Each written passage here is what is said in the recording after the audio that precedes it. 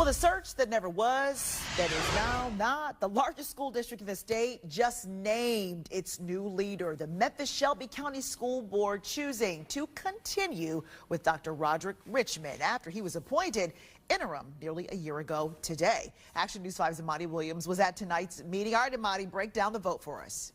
Well, it was a unanimous decision to take that interim title off of Dr. Roderick Richmond's position. A major concern for the board tonight was stability for the school district and that looming state takeover bill playing out in Nashville. So during tonight's meeting, it was a back and forth about whether the board would go into a search or choose to appoint someone. Well, in a 6-3 vote, the board chose to appoint someone tonight, and we now know that is Dr. Roderick Richmond. But let's go back to last year. Richmond was put in this interim position after former Superintendent Dr. Marie Fagans was ousted by this same board. Now that vote was chaos and was met with more turmoil when the county leaders voted that they had no confidence in the school board. State leaders created legislation to take over the district and are currently auditing it. Richmond says stability is important, and the board chair says she's up for a fight against the state.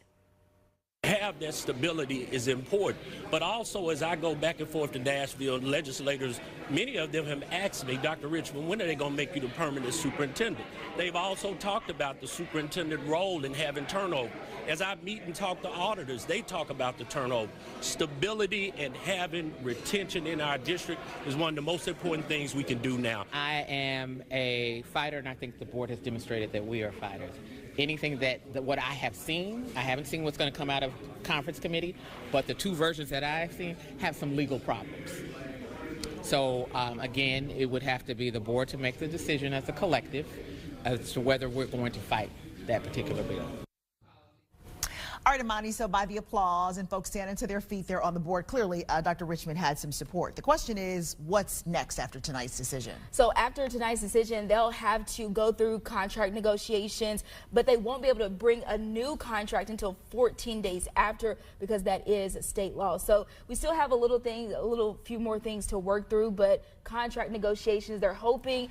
We talked to the chairwoman. She says she's thinking about a 3-year, 1-year extension contract, but the board will have to vote on that. All right, we'll stay on top of it, as we know you will. Thanks, Imani.